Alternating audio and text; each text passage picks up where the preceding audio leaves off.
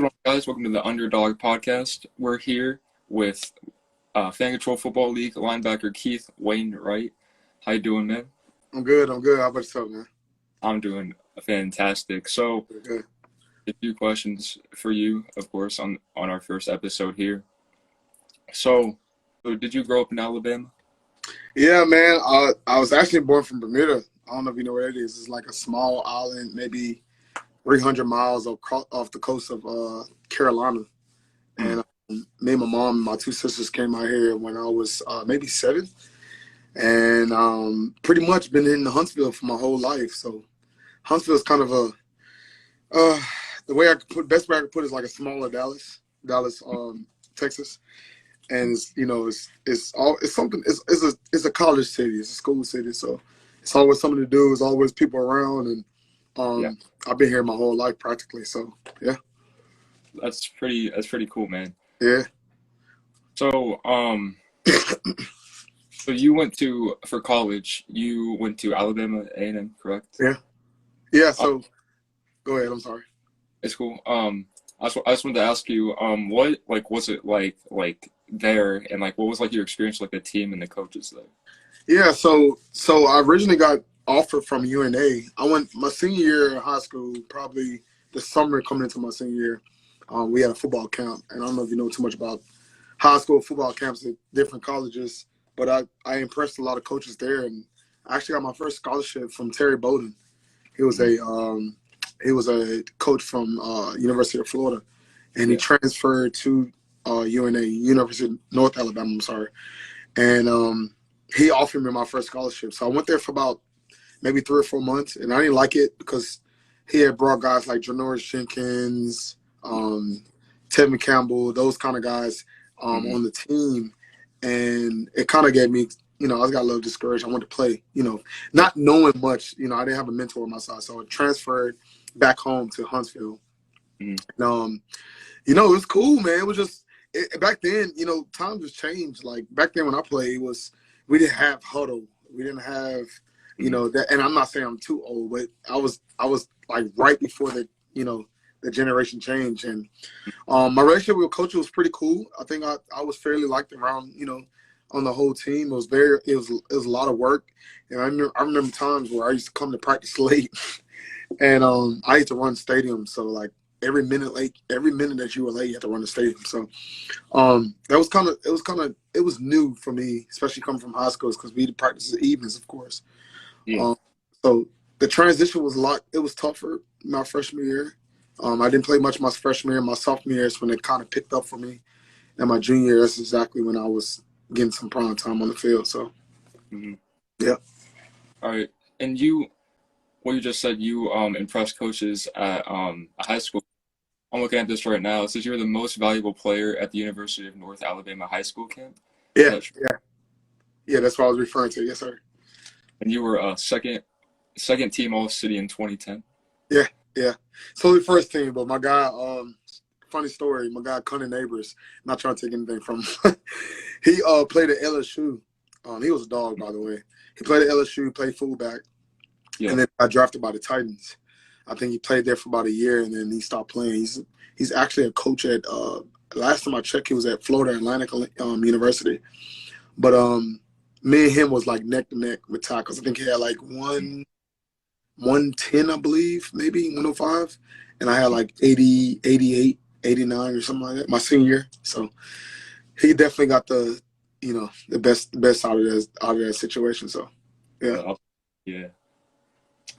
So you averaged 30 tackles in your last 2 years in high school. And it says here you also played basketball. Can you maybe tell us about that a little bit? Basketball. So look, I'm gonna be honest with you. Every athlete, I don't care what sport they play, they always have an alternative sport or thing they like to do. And my alternative thing was basketball. I wasn't at that time. Take that to note. I was okay. I was a defensive guy my whole life, football and basketball. So I wasn't known for 20, 30 point games. No, that wasn't me. I was kind of those, Scottie Pippen type, rebounds, putbacks, get in the game and stop the best, scorer, that kind of guy. So, like I said, it was fun. I think at the time I just wanted to do something, keep myself busy, but it ended up messing me up because, basketball, we do a lot of running. So Yeah. I lost a lot of my strength. I lost a lot of my, size. I lost a lot of weight because they don't lift too much weights in basketball. So I ended up letting it go my senior year. I played up to my junior year and kind of let it go. So did you have any expectations of maybe making a career out of basketball, or you were just No, I was just doing it for fun. Most of my fans did it. My friends did it, and I knew by my junior year I was about 6 feet, and I wasn't no Steph Curry or no Kyrie Irving in mhm. dribbling basketball. So I was like, nah, I'm gonna stick to football. So your profile here, I'm looking at. It says your secondary position is a defensive end. Does that have like you? Did you like? Does that like mean anything, or were No, no. So the game's changed. So what they yeah? like is they like those Von Miller type, Clay Matthews type guys where they could stand up and do pass rushing. So what happened was my junior year, we had like 4 defensive ends hurt. So they were like, I think it was like game 5, and there's an article out there in Alabama A&M. But 4 guys got hurt. His name one guy was named D Led. There was 2 other guys. Anyways, they got hurt, and I remember the defensive coordinator called me to the room. He's like, "Hey, we need you to step up this week. We're moving your position to defensive end because you're next tallest." He said, this is exactly what he said. You're the next tallest guy. So we need you to get, some pressure on the quarterback, and you're going to be starting. And my first actual starting game was my junior year against Southern University. It was in Louisiana, right down the street from LSU Stadium. I will never forget that game. I think I recorded maybe 4 tackles and 1 TFL maybe. So Damn. it was pretty exciting. Mm-hmm. I'll bet, man. It's hard to get in college. So you you went to college and so you went for medical engineering, is that correct? Yeah, mechanically, huh? Uh-huh. I mean, like anything, like if like football didn't work out, you know? Yeah, that was my mindset. Coming into that, I knew that football wasn't forever. NFL not for long, kind of thing. So I knew I had to do something to have some kind of you know secure for my future. So Mhm. I remember I used to bring my homework on the road. When we have away games, I used to bring my homework with me, projects, any kind of assignments I had, I used to bring with me. So it was like, it was one of those things, man. It was like, it was tough, but I knew it had to get done. And until I realized I didn't want to be an engineer anymore, it was too late. So Yeah. like, I don't know too much about college as far as the curriculum goes, but once you're too far in, going back is going, prolong your graduation date. So I just stuck it out. Yeah. So you are a linebacker in the Fan Control Football League.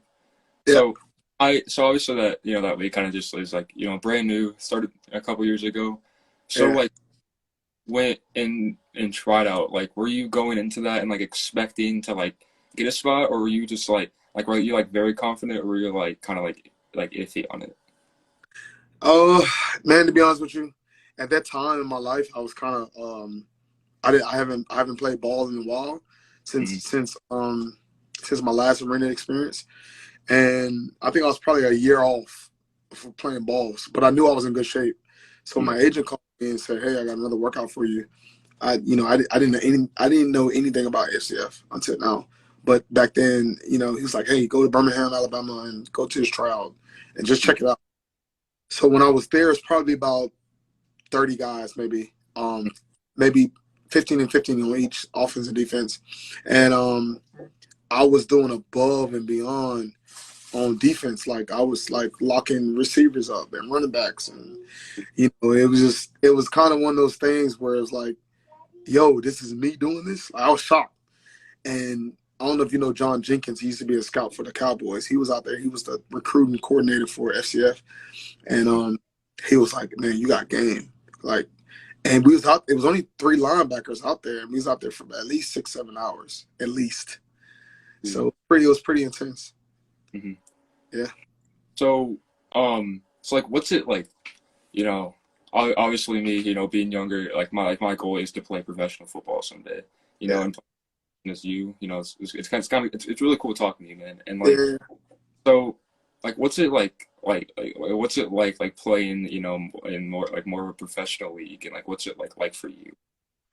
Man, it's the perks. The perks is always amazing. Like the amenities, the perks, the stuff that comes with it's always fun, cool. The Hmm. thing I can honestly say is changed for me since college, high school to the professional league is just the speed. The speed. Yeah. Like I used to think that being stronger was like the thing, growing up. Hey, you gotta bench 225 30 times. Dude, that doesn't solve anything. Like the biggest thing now is like change of direction, how Yeah. fast can you respond, reaction speed. Um, Yes.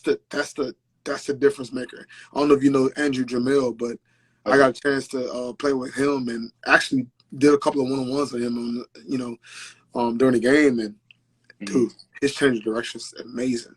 So, and he probably can't even bench 225, maybe two or three times. I ain't no knock to him, but I'm saying, Hmm. speed is everything. So if anybody's looking at this, even including yourself, if you're trying to get to the next level, like increase your speed, and it's not about size, it's all about speed. So yeah.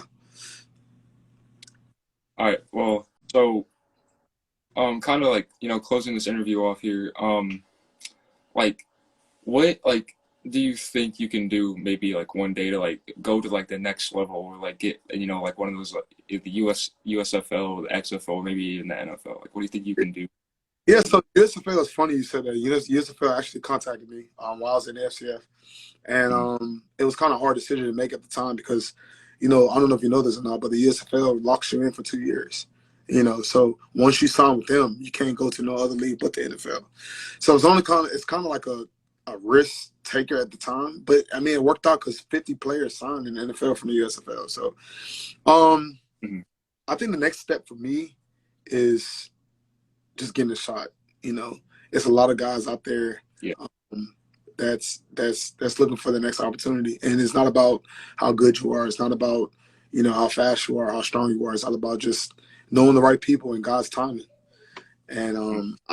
I truly believe, like Andrew Miller, for instance, he had a workout with the Patriots, but I don't think he got signed. I'm not sure, but Yeah. quote me, but I'm not sure. Um, So is what I'm saying. So it's all about timing and the right people, and he's fast. I can guarantee he's fast. So I don't think it has too much about the tangibles. It's just right timing, and the right people to put you in a position, you know, play at the next level. mhm. Here, like what do you want to tell like the youth out there who like want to make it to the next level? That's a good question. Just hard work. And I tell my son all the time, like the days that you take for granted don't, especially in high school and even if you're like a freshman in college, like it's a lot of opportunities to have fun. You can always have fun, but you put the work first and then have fun. I tell my son all the time, balance. Like we all play video games. We all like to have fun. I all like to go to the movies and go with our friends to parties, clubs, whatever. Hmm. But once you put the work in first, then the rest carries for itself. So just keeping that fine balance and keeping God first and doing what you're supposed to do in school, I promise anything that you want to do in life, football, education, anything, it will happen. And I didn't know that at the time when I was in school. I used to always kind of do what I wanted to do first, then try to pick up the pieces, But if you find a recipe first and just find a fine balance and do what you're supposed to do first, then, party, whatever you want to do, then you'll be all right. Because most kids, they, especially in high school, I coach high school football and they stay up playing Fortnite or Yeah. Madden 23, and I'm like, bro, like you got practice 6 o'clock in the morning, like that doesn't make any sense. So keeping that fine balance, man. Right. And, well, I really did like that statement. And Yes, sir. Yes, sir. oh, have a good day. So I really don't know what to say right now, but No, you're good. You're good. You're good. I got nothing but time, man.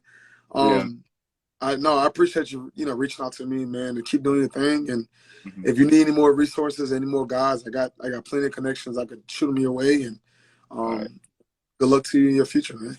All right, man. Thanks, and you too, man. Yes, sir. Yes, sir. All right, man. Take it easy. You too.